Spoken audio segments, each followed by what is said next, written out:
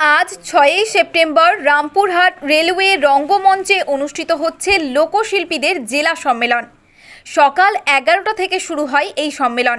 মাননীয় মুখ্যমন্ত্রী মমতা বন্দ্যোপাধ্যায়ের উদ্যোগে প্রতিটি লোকশিল্পীকে শনাক্ত করে তাদেরকে পরিচয়পত্র দেওয়া হয়।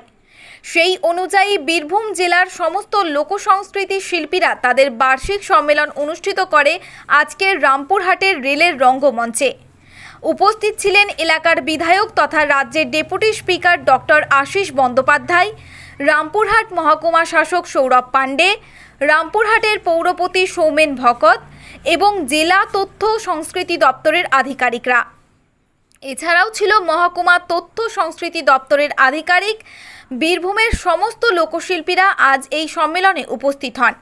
এর মধ্যে বাউল লোকসংস্কৃতি, বিভিন্ন গান, পাশাপাশি যারা মূকাভিনয় করেন তারা উপস্থিত ছিলেন। সম্মেলনে আগত অতিথিরা সকলেই এই সম্মেলনের সমৃদ্ধি কামনা করেন। রামপুরহাট থেকে বিশ্বজিৎ রায়, বাপ্পার রিপোর্ট, বীরভূম নিউজ। আমরা মনে করি তাই যে এই লোকশিল্প সম্মেলন সার্থক হবে। জেলা জুড়ে নতুন প্রতিভাবান শিল্পীরা এগিয়ে আসবে এবং নতুন বাউল শিল্পীরাও আগামী দিনে নতুন প্রজন্মের কাছে উপস্থাপনা করতে পারবেন নিজেদেরকে। আমরা তাই এই সম্মেলনের সাফল্য কামনা শুধু নয়, আরও এগিয়ে যা আমরা বলবো চড়ই বেটি এগিয়ে চলুন, এই কথা বলে আপনাদের প্রত্যেককে আন্তরিক অভিনন্দন কৃতজ্ঞতা জানিয়ে আমি আমার বক্তব্য শেষ করছি। আজ লোকশিল্প সম্মেলন মঞ্চে উপস্থিত আমাদের রেভলিউশন স্টুডেন্ট আশিস ব্যানার্জি মহাশয়া, উপস্থিত আছে আমাদের বীরভূম জেলার বিডিও সাহেব আছেন, আমার কলিগ এসডিএমও সাহেব, এসডিআইসিও সাহেব এখানে আছেন, ওনাকে আমি স্বাগত জানাচ্ছি আর শুভেচ্ছাও জানাচ্ছি। ডিআইসিও সাহেব, এসডিআইসিও সাহেব এই প্রোগ্রামটা এখানে করেছেন, রামপুরহাটে এবার করেছেন, সেটা নিয়ে আমরা খুবই আনন্দিত আছি। আর আপনারা সবাই জানেন ওয়েস্ট বেঙ্গল মধ্যে কালচারাল রিচনেসটাও আছে। আমরা চাইছি রামপুরহাট বা বীরভূমে যত ট্যালেন্ট আছে, লোক সংস্কৃতি আছে, শিল্পীদের যে কাজগুলো আছে, ওটা আমরা আরও সাপোর্ট করে আরও উপর লেভেলে নিয়ে যেতে পারি, ন্যাশনাল লেভেল, গ্লোবাল লেভেল নিয়ে যেতে পারি। সেটা নিয়ে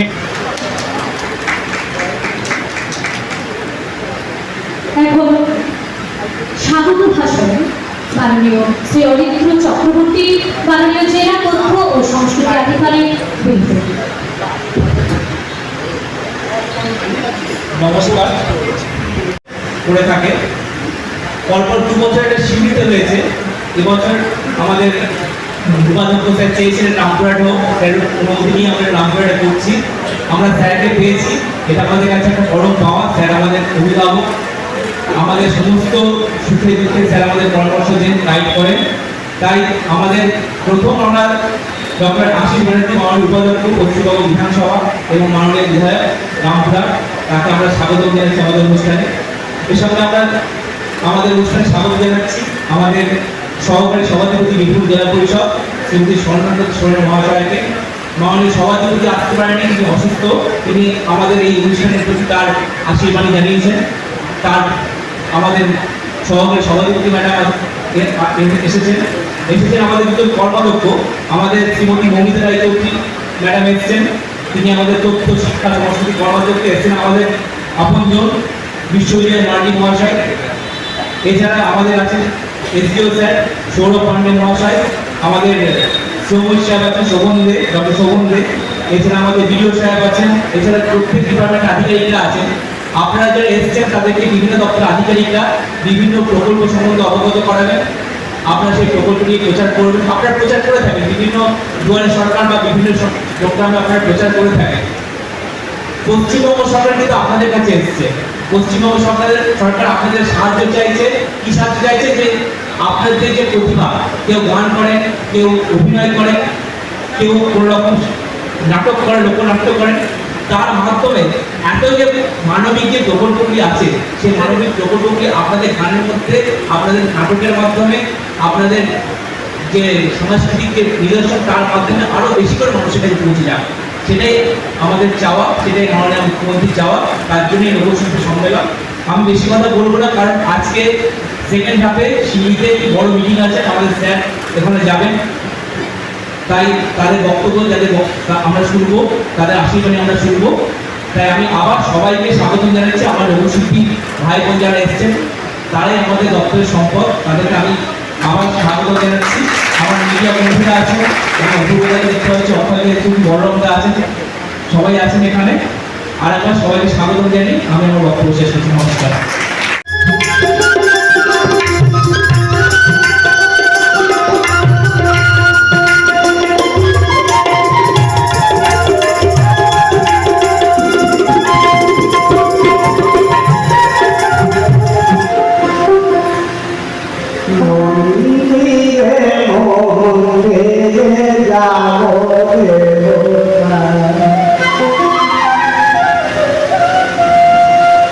মন্দিরে মন্দিরে যাবো দেবতা কালো বাঁধে হে পবিত্র কালো বাঁধে হে পবিত্র রাখিলে হইলে মান অনবারতা